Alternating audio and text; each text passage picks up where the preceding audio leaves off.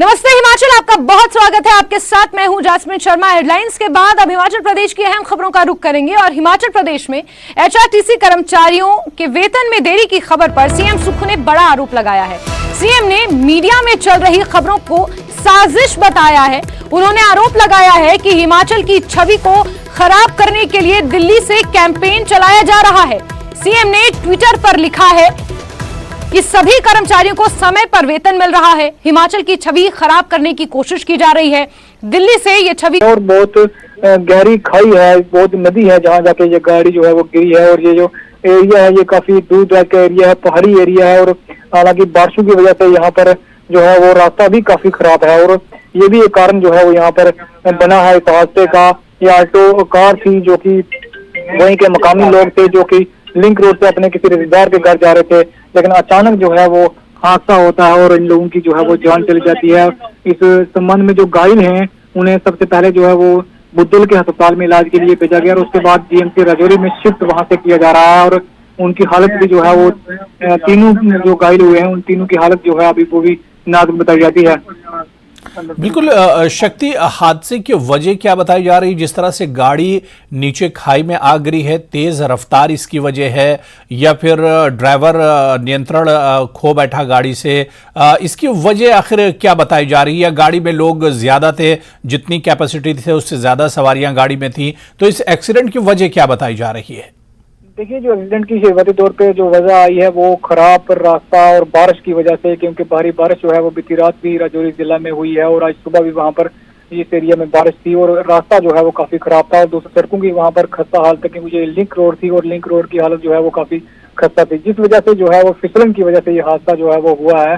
और इस हादसे में जो है वो इन लोगों की जान चली गई। हालांकि पुलिस ने इस संबंध में मामला दर्ज किया है और ये जो वहाँ के मकामी लोग हैं, जैसे ही उन्हें ये हादसे की खबर मिली तो वो पूरी तौर पर वहाँ लोग पहुंचे, जिस वजह से जो गंभीर रूप से घायल थे लोग उनको हॉस्पिटल ले जाया गया। और लोगों का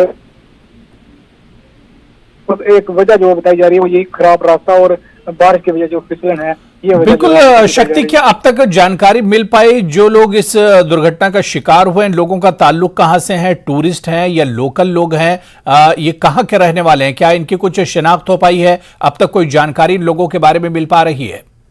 जी बिल्कुल, ये मकामी लोग हैं, उसी एरिया के रहने वाले हैं जो अपने किसी रिश्तेदार के घर में जा रहे थे और हादसे का शिकार बने हैं, जिसमें 2 लेडीज हैं और एक जेंट्स है जो कि जिन्होंने अपनी जान गंवाई है। और जो दूसरे लोग हैं इसमें से एक जो है 1 साल का बच्चा है जो कि इस हादसे में बचा है, जो कि घायल हुआ है, उसे इलाज के लिए अस्पताल में दाखिल करवाया गया। और ये तीनों लोग ये सभी लोग जो हैं वो इसी एरिया के रहने वाले हैं, मकामी लोग हैं यहीं के। बिल्कुल शक्ति, जिस तरह से आप लोकेशन के बारे में बता रहे हैं, इलाके के बारे में बता रहे हैं कि रोड खराब होने की वजह से ये बड़ा हादसा पेश आया है और क्योंकि मौसम भी खराब था, बारिश भी लगातार हो रही है, कल ही अभी बारिश हुई है, तो क्या एडमिनिस्ट्रेशन की तरफ से और इंतजामिया की तरफ से कोई एडवाइजरी जारी नहीं की गई थी कि मौसम खराब है, इस वजह से रोड पर यातायात करना मुनासिब नहीं है? क्योंकि जब मौसम खराब हो और इसके अलावा रोड भी खराब हो तो अक्सर हादसे होने के चांसेस बने रहते हैं। और ये तो पूरा पहाड़ी इलाका है, जिस इलाके की हम बात कर रहे हैं, खासतौर से समोट बुधल आउटस्कर्ट का एरिया है, दूर दराज का इलाका है और पहाड़ी इलाका है। यहां पर इस तरह की घटनाएं शक्ति इससे पहले भी दुर्घटनाएं होती रही हैं, तो क्या एडमिनिस्ट्रेशन की तरफ से कोई एडवाइजरी नहीं जारी की गई थी कि मौसम खराब है, ऐसे में लोग सफर ना करें? एडवाइजरी पिछले काफी दिनों से जो है वो जारी की गई है। हालांकि जब हुई थी तो तब से भी एडवाइजरी जो है जारी की गई थी और उसी एडवाइजरी को अमल करने को कहा जा रहा है, क्योंकि रास्ते इस एरिया में जो मैं बात करूं तो ये जो बुद्धल समोट का एरिया है या खवात का एरिया हो या कोटरंका का एरिया हो, ये तमाम वो एरिया है यहाँ अक्सर जो है वो फिसलन का डर रहता है, अक्सर जो है वो लैंडस्लाइडिंग का खतरा बना रहता है। और एडवाइजरी यहाँ पर पहले से ही जारी की गई थी, लोगों को सलाह मिली थी कि वो जरूरी काम हो तभी वो घरों से निकले हैं। तो वहाँ पर जो है, हालांकि ये जो हादसा हुआ है ये खराब रास्ता और वहाँ लोगों की ये मजबूरी बन जाती है क्योंकि उन्होंने अपने कामकाज के लिए अपने रिश्तेदारों के घर कहीं ना कहीं जाना होता है, तो बारिश के बावजूद भी उन्हें निकलना उनके लिए मजबूरी होती है। तो इस रास्ते में हालांकि एहतजाज जो है लोगों की तरफ से जरूर जो है वो वहाँ पर परहेज की जाती है कि वो यहाँ पर इन रास्तों का इस्तेमाल ना करें। लेकिन उनकी बिल्कुल, मजबूरी है कि जब उन्हें मौसम निकलना पड़ता खराब है। हो तो इस तरह के रास्तों पर सफर न कीजिए, और इस तरह की एडवाइजरी हालांकि एडमिनिस्ट्रेशन की तरफ से बहुत पहले से जारी की गई है, लेकिन लोग अपनी ज़रूरतों के हिसाब से निकलते हैं। और जब भी आप घर से निकलें तो इस बात का ज़रूर ध्यान रखें, पूरी एहतियात बरतें, क्योंकि रोड की खराबी और मौसम की खराबी की वजह से इस तरह की दुर्घटनाएं होती रहती हैं। बहुत बहुत शुक्रिया शक्ति हमारे साथ इस खबर पर जुड़ने के लिए और अपडेट करने के लिए। और चलिए किश्तवाड़ से इस वक्त बड़ी खबर आ रही, जहां पर राष्ट्रीय राजमार्ग 244 पर दुर्घटना हुई है। दरअसल संथन किश्तवाड़ में एक अल्टो कार दुर्घटना का शिकार हुई है और इसमें एक व्यक्ति की मौत हुई है। तस्वीर भी हम आपको दिखा रहे हैं कि जिस तरह से गाड़ी हादसे का शिकार हुई है। राजमार्ग 244 पर यह दुर्घटना हुई है। संथन किश्तवाड़ में अल्टो कार दुर्घटना का शिकार हुई और एक शख्स की इसमें मौत हुई है।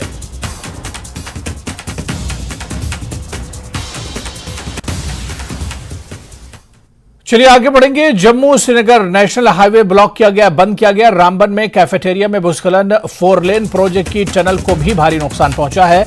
मरम्मत का काम जारी है। काम पूरा होने तक यात्रा नहीं करने की सलाह दी गई है।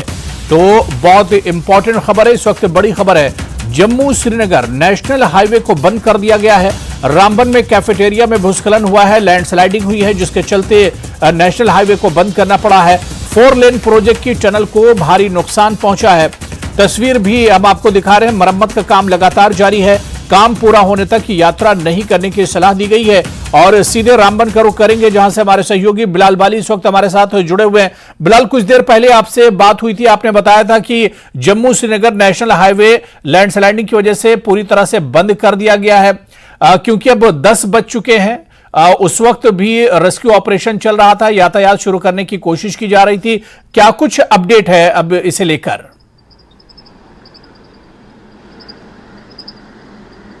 देखिए हुरेरा, जम्मू श्रीनगर नेशनल हाईवे की ब्रेकिंग खबर यह है कि इस वक्त जो है अब से थोड़ी देर पहले हाईवे को बहाल कर दिया गया है। सिंगल वे कैरेज बनाया गया वहां पर।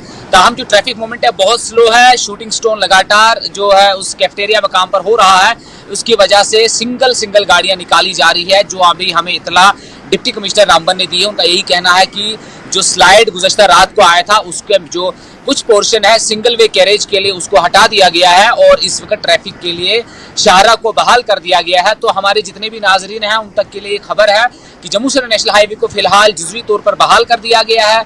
यहाँ कैफेटेरिया मोड़ के मकाम पर गुज़श्ता रात के 11-12 बजे एक भारी स्लाइड आई थी, जिसके बाद शाहरा की ट्रैफिक जो है वो बंद कर दी गई थी। लेकिन अभी की ब्रेकिंग न्यूज़ हमारे पास यही है कि शाहरा को बहाल कर दिया गया है। लेकिन अभी भी पहले जो प्रायोरिटी है वो यहाँ पर जो दरमांदा गाड़ियां हैं उनको दी जाएगी और उसके बाद ही फ्रेश मूवमेंट को छोड़ा जाएगा जम्मू या श्रीनगर से। जितने भी लोग सफर करने का इरादा करते हैं वो ट्रैफिक कंट्रोल यूनिट से जरूर राब्ता कायम करें जब भी वो जम्मू से श्रीनगर या श्रीनगर से जम्मू जाना चाहेंगे, क्योंकि रामबन बानीहाल स्ट्रेच में उन्हें कंजेशन का सामना करना पड़ सकता है, क्योंकि भारी गाड़ियां जो है वो अभी भी दरमांदा है नाशरी और ढलवास और रामबन के दरमियान में।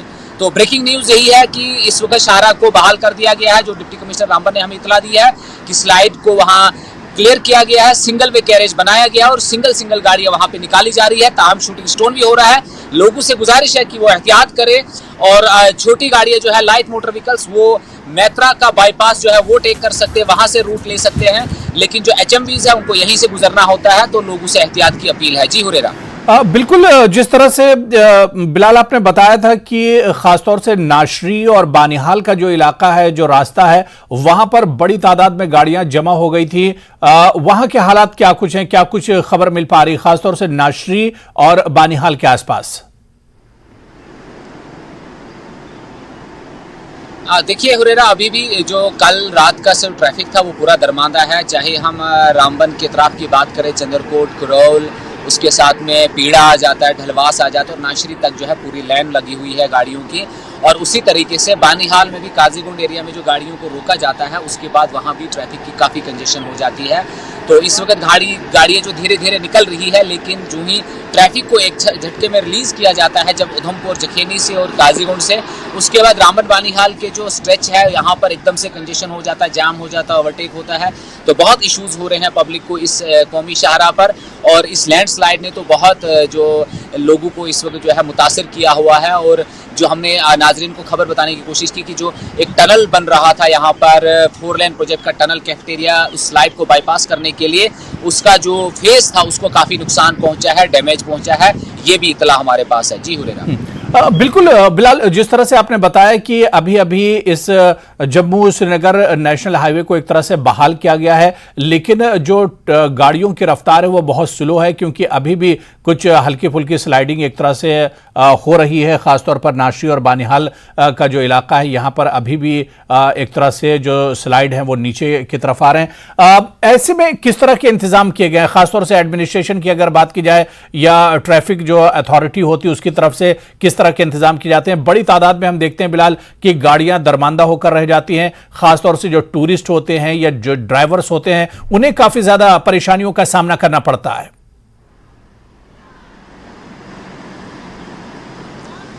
देखिए हुरेरा, एडमिनिस्ट्रेशन की अगर हम बात करेंगे, जो ट्रैफिक पुलिस अथॉरिटीज है उनकी कोशिश ये रहती है कि जाम ना लगे और गाड़ियां जल्द से जल्द अपनी मंजिलों की जानिब रवाना हो जाए, और उनके जो कर्मचारी होते हैं, ट्रैफिक पुलिस के एहलकार होते हैं, वो रोड पर तैनात रहते हैं, उनके ऑफिसरान होते हैं, वो पूरा दिन भर राउंड द क्लॉक यहाँ पर रहते हैं ताकि ट्रैफिक का इजी पैसेज हो। लेकिन जो कंस्ट्रक्शन एक्टिविटीज हमारे जिला रामबन में हो रही है national highway authority of India की जानिब से, तो कई मकामात ऐसे सिंगल स्ट्रेच है जो उस ट्रैफिक की रनिंग को स्मूथ नहीं चलने देते हैं, जिसकी वजह से परेशानियां होती है। तो माजी में हमने देखा, और इंतजाम तो अगर देखे जाएंगे मजमूई तौर पर होते हैं, कहीं स्कूलों में, कहीं यात्री निवास है, कहीं जगहों पर इंतजामिया ने जो शेल्टर शेड्स बनाए होते हैं ताकि मुसाफिरों को अगर ज़्यादा देर तक रुकना पड़े तो वो उन जगहों पर रुक सकेंगे। लेकिन जो इमीडिएट रिलीफ की अगर हम बात करेंगे वो मुसाफिरों के लिए कहीं भी नहीं है। गाड़ियाँ जब दरमादा हो जाती है, छोटे छोटे बच्चे, बुजुर्ग होते हैं, मरीज होते हैं, उन्हें पानी की बोतल नहीं मिलती है, क्योंकि रामबन जो एरिया है हिली एरिया, हर जगह आपको मार्केट और दुकानें अवेलेबल नहीं मिलेंगी। तो लोग जो फंसे रहते हैं, भूखे प्यासे रहते हैं, परेशानियों का सामना रहता है। तो इस ज़िम्मे में इंतजामिया की नहीं लगता है कि इस तरह की कोई पुख्ते इंतजाम होते हैं। लेकिन जब कोई बहुत बड़ा क्राइसिस आ जाए, हाईवे जब पूरा बंद हो जाए, हजारों लोग जब दरमांदा हो जाए, तो उस वक्त हमने इंतजामिया को देखा कि मुतहरिक होते हुए लोगों को स्कूलों में अकोमोडेट करते हैं। लेकिन डेली रूटीन में जो है इंतजामिया जो है जिला रामबन में, चाहे वो कोई भी इंतजामिया हो, पुलिस हो, ट्रैफिक पुलिस हो और सिविल एडमिनिस्ट्रेशन हो, जो डेली रूटीन में जो यहाँ पर लोग सफर करते हैं जम्मू श्रीनगर नेशनल हाईवे पर, उन लोगों के लिए यहाँ पर कोई खास राहत दिखाई नजर नहीं देती है। हर दिन जाम रहता है, हर दिन परेशानी होती है, हर दिन स्लाइड हो रही है। तो ये सिलसिला गुज़श्ता कई सालों से जारी है और अभी भी कोई ऐसी उम्मीद जो है वाज़ेह पिक्चर नहीं दिख रही है कि हमें आने वाले बिल्कुल बिलाल, रूटीन के ट्रैफिक की अगर बात की जाए, मामूल का जो ट्रैफिक है उसे बहाल होने में कितना वक्त लगेगा? क्योंकि अभी जो गाड़ियों की रफ्तार है वो काफी स्लो चल रही, क्योंकि इसकी बड़ी वजह बताई जा रही क्योंकि एक बड़ी तादाद गाड़ियों की दरमांदा होकर रह गई है, एक लंबी लाइन गाड़ियों की लगी हुई है। तो रूटीन ट्रैफिक कितनी देर में बहाल हो सकता है? इसके लिए किस तरह के इंतजाम किए जा रहे हैं? देखिए, रूटीन ट्रैफिक को रिलीज करने से पहले जो ट्रैफिक पुलिस है वो स्टैंडर्ड व्हीकल्स को निकालने की तरजीह करेगी, क्योंकि स्टैंडर्ड व्हीकल्स जब क्लियर हो जाएगी उसके बाद जाम वगैरह लगने के खदशात कम रहते हैं। और हैवी मोटर व्हीकल्स है, बड़ी जो माल बरदार गाड़ियां हैं वो दरमांदा है, इसको निकालने की कोशिश की जाएगी। उम्मीद यही की जा रही है कि मामूल का ट्रैफिक जो आज आफ्टरनून में रिलीज कर दिया जाएगा, बोथ एंड से, जैसे काजीगुंड और जखेनी से रिलीज किया जाएगा। लेकिन फिर भी अभी भी हमारी गुजारिश आवाम से यही है कि वो ट्रैफिक कंट्रोल यूनिट से जरूर राब्ता कायम करें, और सोशल मीडिया वेबसाइट जो है, सोशल मीडिया प्लेटफॉर्म जो है, ट्रैफिक पुलिस हो, एडमिनिस्ट्रेशन हो, जम्मू कश्मीर पुलिस हो, वहां पर भी आप नजर बनाए रखें ताकि आपको लेटेस्ट अपडेट मिले कि आपको ट्रैफिक कहां से कहां छोड़ा जाएगा और इस वक्त की मौजूदा सूरत हाल क्या है। और वहीं न्यूज़ 18 जम्मू कश्मीर लद्दाख हिमाचल भी आप देख सकते हैं, आपको पल पल की खबर हम पहुंचाते रहते हैं। चलिए, बहुत बहुत शुक्रिया बिलाल, आप नजर बनाए रखिए, दोबारा से आपके पास आएंगे और इस हाईवे को लेकर अपडेट लेते रहेंगे। बहुत बहुत शुक्रिया हमारे साथ जुड़ने के लिए। तो खबरें और भी हैं, लेकिन यहां पर फिलहाल रुकेंगे छोटे से ब्रेक के लिए।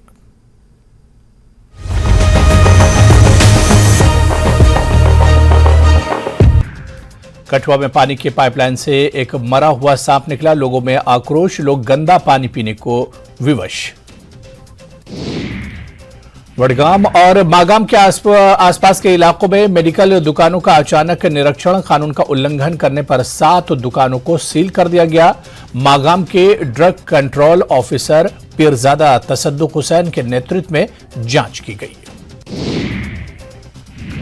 टनमर्ग में हाईटेक पॉली ग्रीन हाउस में तरह तरह की सब्जियों के पौधे उगाए जा रहे हैं। किसानों और काश्तकारों के लिए फायदेमंद, विभाग की ओर से इस सुविधा से किसान काफी खुश। पुलिस नदी में पहली बार राफ्टिंग का ट्रायल, राफ्टिंग करने वाले लोगों में खुशी की लहर। इसके जरिए युवाओं के लिए रोजगार के अच्छे अवसर हासिल किए जा सकते हैं।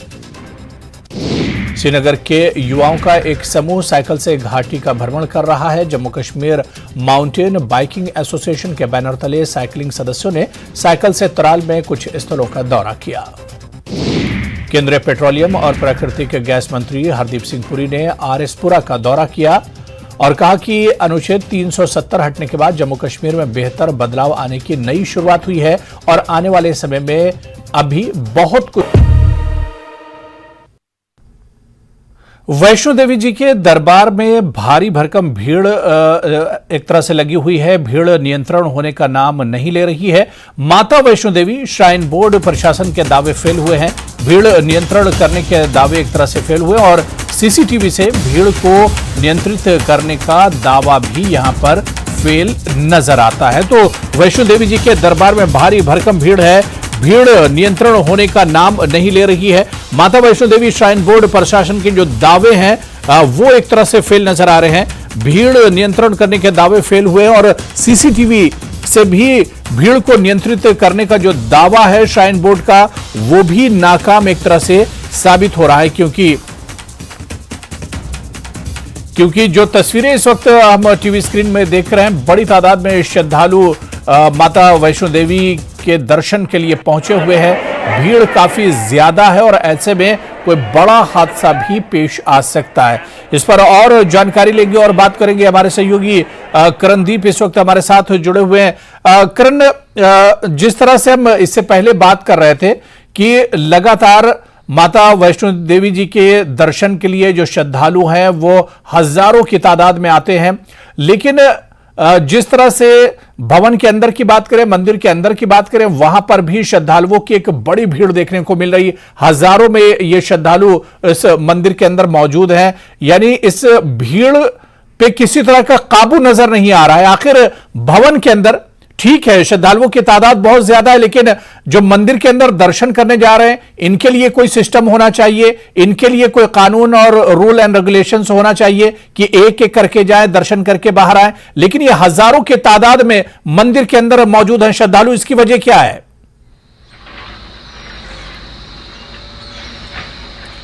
बिल्कुल अबू, इस प्रकार के जिस प्रकार से आप श्रद्धालुओं को भवन तक पहुंचने की बात कर रहे हैं, इस प्रकार के प्रोटोकॉल श्री माता वैष्णो देवी जी श्राइन बोर्ड प्रशासन ऑलरेडी पहले के बना चुका है।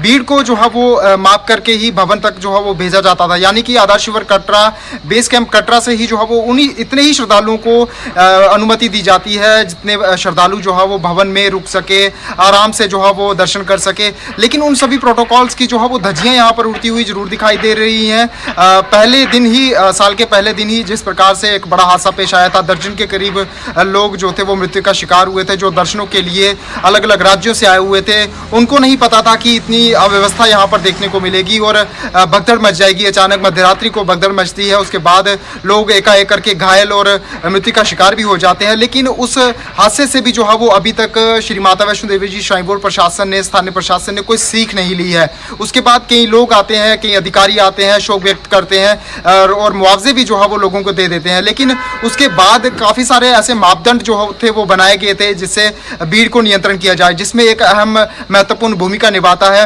RFID का, रेडियो फ्रिक्वेंसी आइडेंटिफिकेशन कार्ड जो है वो एक महत्वपूर्ण भूमिका इसमें निभाता है कि भीड़ अगर इकट्ठा हो जाती है तो कहीं ना कहीं वो ट्रेस उन श्रद्धालुओं को कर दिया जाता है कि अगर वहाँ पर अगर 100-200 से भी 300 से भी अगर ज़्यादा इकट्ठे लोग वहाँ पर अगर हों तो उनको जो है वो आगे पीछे कर दिया जाता है। फिलहाल वहाँ पर जो है वो अभी ऐसा कोई भी जो फरमान है वो वहाँ पर लागू नहीं हो रहा है और जिसकी वजह से, जिसके परिणाम स्वरूप जो है वो इस प्रकार की भीड़ भवन में, अर्धकुंवारी में देखी जा रही है। फिलहाल अभी यहाँ पर तीनों ट्रैक जो है वो चल रहे हैं, हाथीमता ट्रैक हो या अर्धकुंवारी से जो बैटरी का ट्रैक जिसे कहते हैं, ताराकोट ट्रैक कहते हैं, तीनों ट्रैक भी चल रहे हैं। उसके बावजूद भी इतनी भीड़ यहाँ पर भवन में देखी जा रही। भवन में भीड़ होना एक कहीं ना कहीं खतरे से बिल्कुल भी खाली नहीं है। आधार शिविर कटरा में भीड़ रुके तो एक कहीं ना कहीं उसे नियंत्रण करने के लिए, उसे रुकवाने के लिए, उसे फैसिलिटेट करने के लिए श्राइन बोर्ड को वचनबद्ध रहना चाहिए। श्राइन बोर्ड को कोशिशें करनी चाहिए उन्हें सुविधाएं देने की। लेकिन जो फरमान ये उस समय निकाला गया था कि RFID कार्ड, CCTV कैमरास जो सैकड़ों के हिसाब से इंस्टॉल किए गए थे, भीड़ को ही नियंत्रण करने के लिए सारे फरमान जो थे उस समय लागू किए गए थे। लेकिन वो सारे फरमान, वो सारे जो रूल, वो सारे प्रोटोकॉल जो है वो कहीं ना कहीं उन प्रोटोकॉल्स की उल्लंघना यहाँ पर होती हुई जरूर दिखाई दे रही है। और अबू इस समय छुट्टियों का इस समय जो है वो सीजन चल रहा है और इस समय काफ़ी ज़्यादा वीकेंड में जो है वो कटरा में भीड़ देखी जा रही है। अलग अलग जम्मू कश्मीर के पिकनिक स्पॉट्स पर जो है वो भीड़ देखी जा रही है। ये सभी श्रद्धालु जैसे ही जम्मू कश्मीर में प्रवेश करते हैं तो पहले नतमस्तक होने के लिए माता वैष्णो देवी जी के दरबार पर पहुंचते हैं, लेकिन दरबार में इस प्रकार की भीड़ कहीं ना कहीं श्रद्धालुओं के लिए बिल्कुल भी खतरे से खाली नहीं है। और आगामी अमरनाथ यात्रा बाबा बर्फानी के दर्शनों के लिए जो है वो लाखों श्रद्धालु यहाँ पर पहुंचेंगे। वही श्रद्धालु नतमस्तक जरूर माता वैष्णो देवी जी के दरबार पर भी होंगे, लेकिन उन्हें जो है वो इस खतरनाक भीड़ से होते हुए जरूर निकलना पड़ेगा। और एक अहम जो नेग्लिजेंसी बरती जाती है हमेशा जब भीड़ देखी जाती है, कटरा में जब पंजीकरण काउंटर्स जो बनाए गए हैं अलग अलग स्पॉट्स पर, उन पंजीकरण काउंटर्स की तादाद जो है वो कम कर दी जाती है। यानी कि अगर आपके पास 12 से 13 काउंटर्स जो है कटरा में इंस्टॉल है, 2 नंबर काउंटर हो या निहारिका भवन हो या बस स्टैंड हो या अन्य जो स्पॉट्स हो जहाँ पर हमेशा श्रद्धालु पंजीकरण करवाने के लिए जाते हैं, वो काउंटर्स जो है वो कम कर दिए जाते हैं। यानी कि 5 से 6 ही चलाए जाते हैं। उसके बाद भीड़ जो है वो काफ़ी ज़्यादा लाइनों में लगी रहती है, कतारें लंबी लंबी, इतनी तपती धूप में भी जो है वो श्रद्धालु माता की एक झलक पाने के लिए तरसते हैं। लेकिन ऐसी अव्यवस्था कहीं ना कहीं जो है वो शर्मसार कर रही है और एक बार फिर से अंदेशा जरूर बना हुआ है कि भगदड़ मचेगी और श्रद्धालुओं को नुकसान जरूर पहुंचेगा। लेकिन सुरक्षाकर्मी जो है वो डटे हुए हैं। करमदीप, यानी अब आने वाले दिनों में 1 जुलाई से जिस तरह से आप बता रहे हैं कि अमरनाथ यात्रा भी शुरू होने वाली और ऐसे में श्रद्धालुओं की तादाद आने वाले दिनों में और ज्यादा ये संख्या बढ़ेगी, लेकिन करमदीप सवाल ये उठता है क्या कोई टाइम टेबल दर्शन के लिए नहीं है या कुछ टाइमिंग फिक्स नहीं है कि एक श्रद्धालु जो भवन के अंदर मंदिर के अंदर आता है वो 10 मिनट के लिए दर्शन करे या फिर आधा घंटा या 1 घंटा उसे दिया जाए? अगर क्या इस तरह का कोई टाइम फिक्स नहीं है? क्योंकि जो श्रद्धालु भवन के अंदर आता है वो दर्शन करने के बाद वहां से जल्दी निकलना नहीं चाहता है।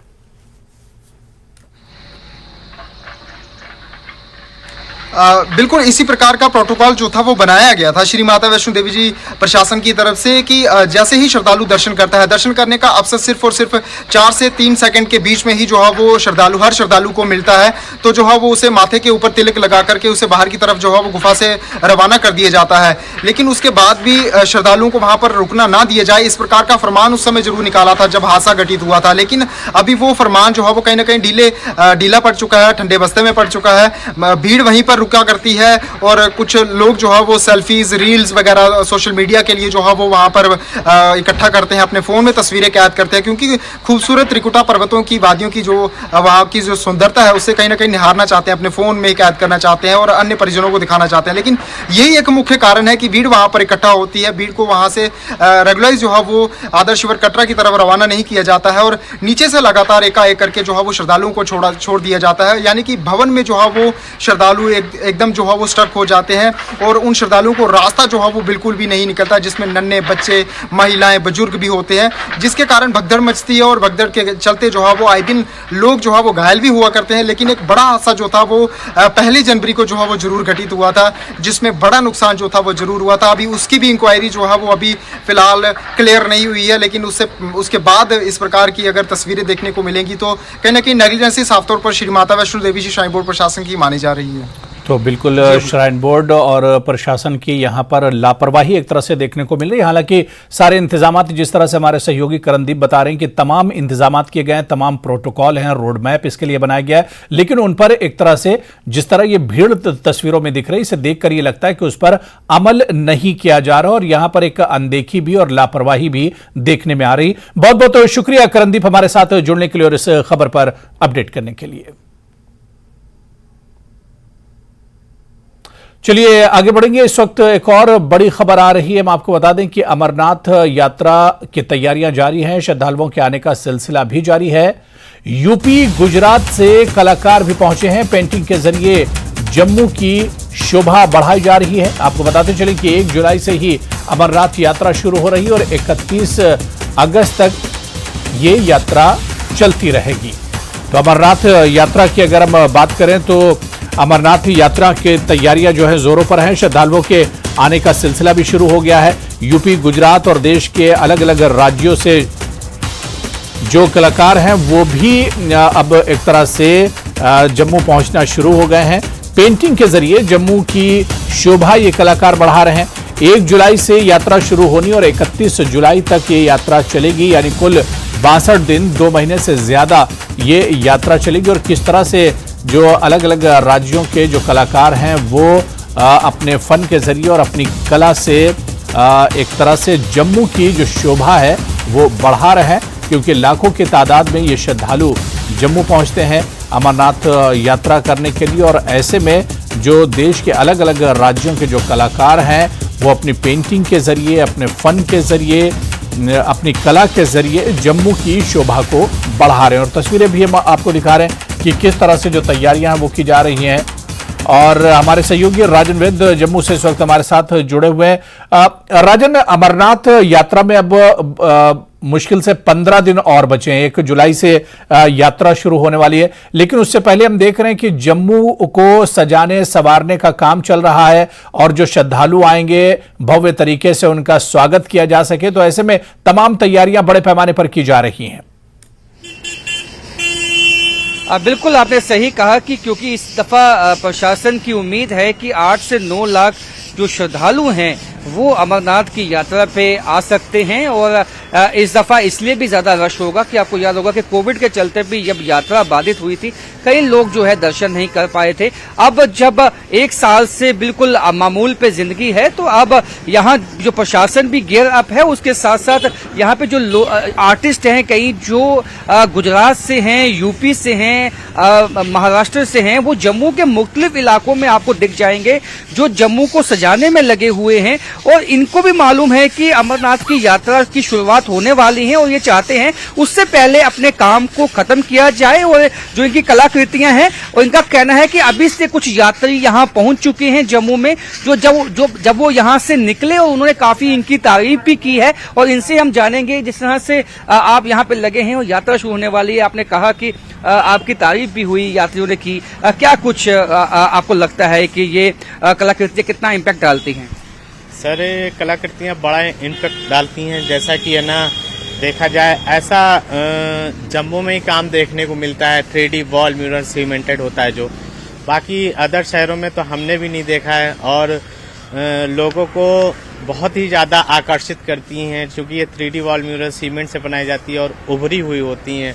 और ये जब कलर हो जाती है तो यात्रियों को बहुत ही लुभानी। आपने देखा कि यहाँ पे आपने कुछ कलाकृतियां बनाई हैं, जैसे मुबारक मंडी की बनाई है या इस तरह के स्थान जो पर्यटक के हिसाब से काफी अच्छे हैं, तो उसके पीछे कुछ खास मंशा? सर, उसके पीछे खास मंशा यही है कि जैसे कि जम्मू में यात्री आते हैं जो कि जैसे रघुनाथ मंदिर जाते हैं, वो तीर्थ स्थान जो जानते हैं वही जा सकते हैं।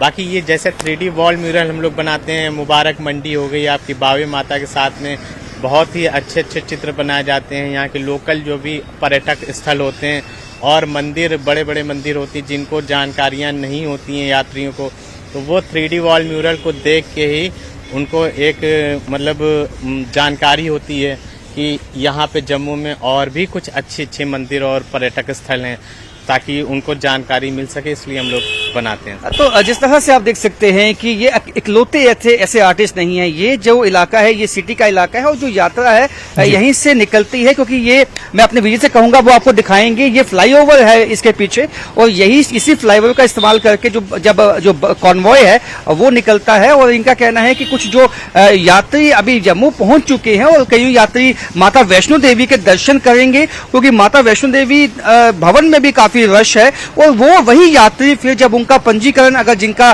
30 तारीख को यहाँ यात्री निवास में वो होंगे, उसके बाद वो जो यहाँ से निकलेंगे 30 जून को निकलेंगे और 1 जुलाई को फिर वहाँ पे बालटाल और पहलगाम से यात्रा की उनकी शुरुआत होगी आगे केव के लिए। तो इसीलिए ये यात्रियों को भी लुभाने के लिए इनकी कोशिश है। जो हमारे आर्टिस्ट से बात हुई, इनका कहना था पिछले 15 दिनों से हमने काम बहुत तेज किया है और उन प्रोजेक्ट्स के ऊपर काम तेज किया है जो कि पर्यटक स्थल हैं जम्मू के। और इनकी ये भी कोशिश है कि जो अभी बालाजी का टेम्पल बना है उसकी भी कलाकृति इनकी तरफ से बनाई जानी है, ताकि जो श्रद्धालु आएंगे उनको ये मालूम हो कि अब जो बालाजी का जो रेप्लिका जो टेम्पल बना है जम्मू में वो अब खुल चुका है, वहां भी वो जा सकते हैं। तो ये आर्टिस्ट जो हैं, जैसे मैंने इनसे बोला, आप कहाँ से हैं? आप? सर, हम लखनऊ से हैं। लखनऊ कहाँ से? सर, लखनऊ में आलमबाग।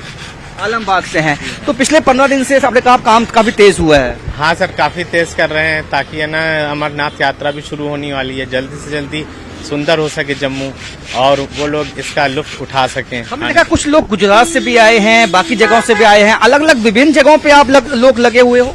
जी हाँ, कुछ लोग कलकत्ता से भी हैं, गुजरात से भी हैं, लखनऊ से भी हैं, अलग अलग, ताकि काम ज्यादा है जल्दी से उसको खत्म कर सकें और यात्रियां जो हैं आनंद ले सकें उसका। हाँ, तो आप देख सकते हैं किस शिद्दत के साथ ये आर्टिस्ट ऊपर ये पौड़ी लगा के यहाँ रोड पे ये लगे हुए हैं अपने काम में, और दिन रात क्योंकि कल शाम से भी हम जब इनको देखा तो ये अपने काम में लगे थे, अभी भी अपने काम में लगे हुए हैं सुबह से। तो इनकी शिद्दत देख सकते हैं, इनके मन में एक जज्बा है कि जब अमरनाथ यात्रा की शुरुआत हो उससे पहले ही अपने काम को मुकम्मल कर लें, ताकि जो इनका काम है वो सबके सामने डिस्प्ले हो सके। और इनका ये भी कहना है कि जब यहाँ पे श्रद्धालु कुछ निकले, क्योंकि ये सामने मैं आपको बताऊंगा ये रघुनाथ मंदिर जो है उसको रास्ता जाता है, क्योंकि जब यहाँ पे श्रद्धालु आते हैं वो रघुनाथ मंदिर की तरफ भी जाते हैं, और यहाँ पे विश्व विख्यात जो बाजार है रघुनाथ बाजार, वहां से जो है वहां जो परचेजिंग है, जो खरीदारी है वो की जाती है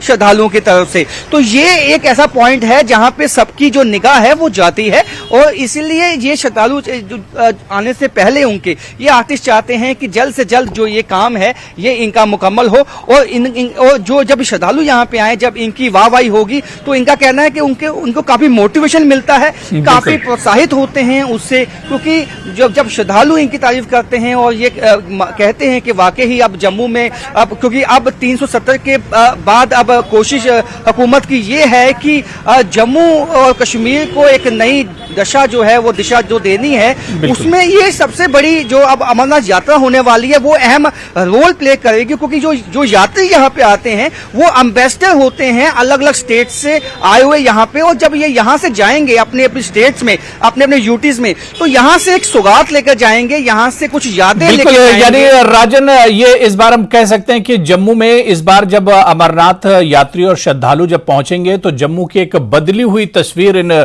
श्रद्धालुओं को देखने को मिलेगी। बहुत बहुत शुक्रिया राजन हमारे साथ जुड़ने के लिए और इस इश्यू पर बातचीत करने के लिए। चलिए यहां पर फिलहाल रुकेंगे छोटे से ब्रेक के लिए।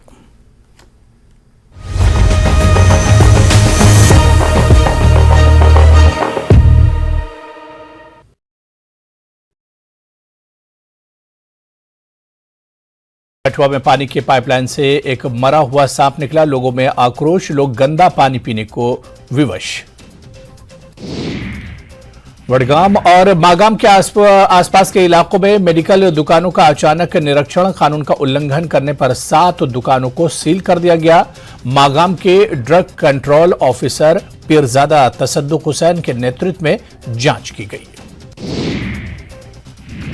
टनमर्ग में हाईटेक पॉली ग्रीन हाउस में तरह तरह की सब्जियों के पौधे उगाए जा रहे हैं। किसानों और काश्तकारों के लिए फायदेमंद, विभाग की ओर से इस सुविधा से किसान काफी खुश। पुलिस नदी में पहली बार राफ्टिंग का ट्रायल, राफ्टिंग करने वाले लोगों में खुशी की लहर। इसके जरिए युवाओं के लिए रोजगार के अच्छे अवसर हासिल किए जा सकते हैं। श्रीनगर के युवाओं का एक समूह साइकिल से घाटी का भ्रमण कर रहा है। Jammu Kashmir mountain biking association के बैनर तले साइकिलिंग सदस्यों ने साइकिल से तराल में कुछ स्थलों का दौरा किया।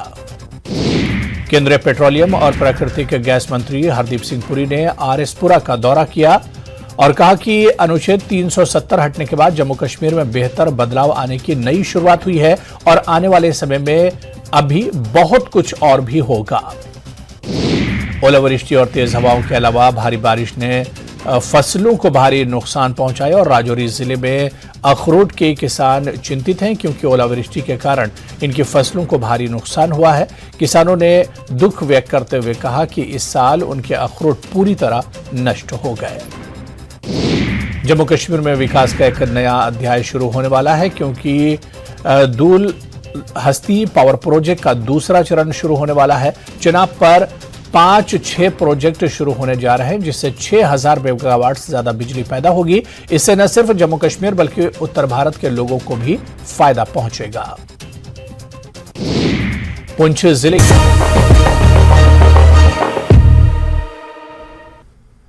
अमरनाथ यात्रा 1 जुलाई से शुरू हो रही और 31 अगस्त तक चलेगी। अमरनाथ जी श्राइन बोर्ड ने हर साल की तरह तीर्थयात्रियों के लिए एक स्वास्थ्य सलाह जारी की है। अमरनाथ जी की पवित्र गुफा की यात्रा में 14,000 फीट की ऊंचाई पर ट्रैकिंग शामिल है।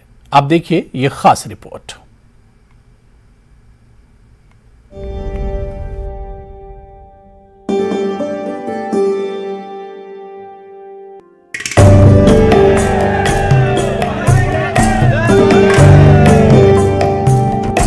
सभी की निगाहें इस साल 1 जुलाई से शुरू हो रही वार्षिक अमरनाथ जी यात्रा पर टिकी हैं। 62 दिनों तक चलने वाली इस यात्रा में देश के विभिन्न हिस्सों से रिकॉर्ड संख्या में यात्रियों के आने की उम्मीद है। श्री अमरनाथ श्राइन बोर्ड और विभिन्न सरकारी एजेंसियों ने यात्रियों की सुरक्षा सुनिश्चित करने के लिए कई कदम उठाए हैं। इस बीच श्री अमरनाथ जी श्राइन बोर्ड अमरनाथ यात्रा के प्रबंधन के लिए जिम्मेदार प्राधिकरण ने उन खाद्य पदार्थों को मेनू से प्रतिबंधित करने का फैसला लिया है जो तीर्थ यात्रियों के स्वास्थ्य के लिए हानिकारक हो सकते हैं।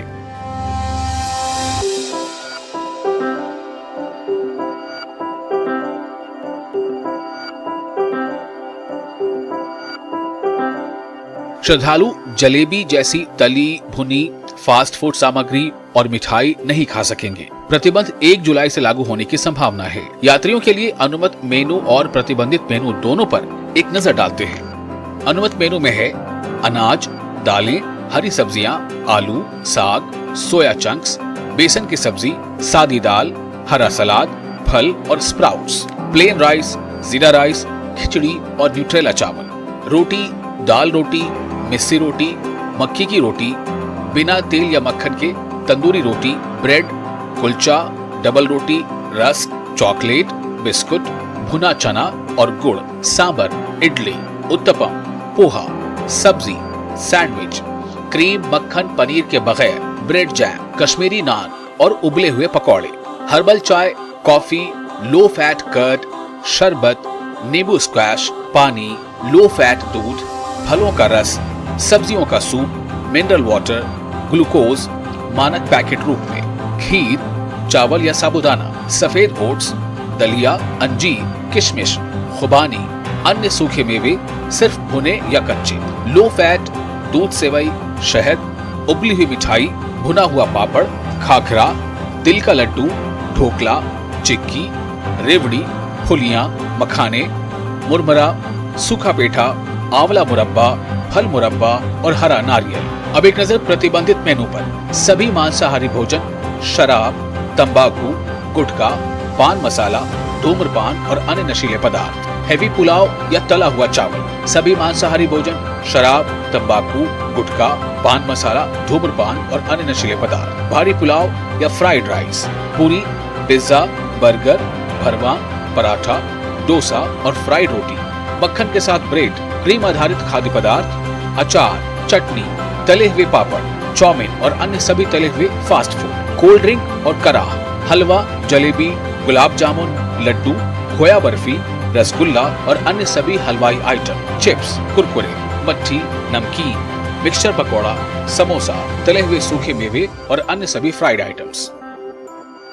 आप लंगर वाले जितने भी हैं अपने लंगर के बाहर कैमरे लगाएं, सीसीटीवी कैमरे लगाएं और उसके बाद ये चना भटूरा, जलेबी, मतलब कि तली हुई कोई चीज़ भी जो है जैसे डोसा हो गया, नूडल्स हो गए, ये चीज़ें आप नहीं देंगे ताकि इनसे जो हमारे बाहर से श्रद्धालु आते हैं, जो यात्रु आते हैं, उनको प्रॉब्लम होती है। यहाँ से जब वो श्रीनगर को जाते हैं, श्रीनगर से वो जब आगे चढ़ाई शुरू कर देते हैं बाबा अमरनाथ जी की, तो वहाँ इनको सांस फूलती है, उसके कारण ये इन्होंने बंद किया था। इस बीच विभिन्न सरकारी एजेंसियां जैसे पर्यटन विभाग, जेएमसी आदि भी सरकार के निर्देश और स्वास्थ्य सलाहकार के सभी बिंदुओं को लागू करने के लिए सहमत हो गए हैं। इसके लिए जो सरकार ने एक अच्छा इनिशिएटिव लिया है कि एक एडवाइजरी जारी की है कि इसमें कौन कौन सी चीज़ लंगर वाले लगाएं, कौन सी चीज़ें जो हैं वो लोग बाहर से जो आते हैं उनके हेल्थ के लिए ठीक रहेंगी। क्योंकि जम्मू कश्मीर में जब ये लोग आते हैं तो वहाँ 14,000 फीट की हाइट पे जो है वो हाई एल्टीट्यूड पे वहाँ जाते हैं। उन लोगों को, बहुत सारे लोगों को वहाँ के क्लाइमेट का पता नहीं होता। देश के पूरे कोने कोने से लोग आते हैं, उन्होंने कभी उस मौसम में उनको कोई सूट करता है, किसी को नहीं करता। तो उसके लिए कैसे जो लंगर लगते हैं वो भी बहुत सारे जम्मू के बाहर से लोग आके लंगर लगाते हैं। तो इस हाई अल्टीट्यूड में, इस मौसम में जो बाहर से लोग आते हैं उनको कौन सी चीज़ें सूट करती हैं, उस चीज़ का भी ध्यान रखना एक कदम प्रशासन ने आगे बढ़ाया है। बोर्ड ने उच्च ऊंचाई की बीमारी के बारे में चिंता व्यक्त की है, जो गंभीर और घातक भी हो सकती है अगर तुरंत इलाज न किया जाए। उच्च ऊंचाई की बीमारी के लक्षणों में मतली, उल्टी, थकान, कमजोरी, चक्कर आना, सोने में कठिनाई, visual impairment, bladder dysfunction, bowel dysfunction और भूख न लगना शामिल है। हृदय गति में वृद्धि, चेतना का धीरे धीरे नुकसान, उनिंदापन, सीने में जकड़न, परिपूर्णता, भीड़, तेजी से सांस लेना और शरीर के एक तरफ पक्षाघात भी संभव है। इसलिए ये स्वास्थ्य परामर्श जारी किया गया है और आशा है कि तीर्थ यात्रा पर आने वाले सभी यात्री स्वास्थ्य परामर्श के सभी दिशा निर्देशों का पालन करेंगे। Bureau report, news 18 network. और यहां पर रुकेंगे फिलहाल छोटे से ब्रेक के लिए।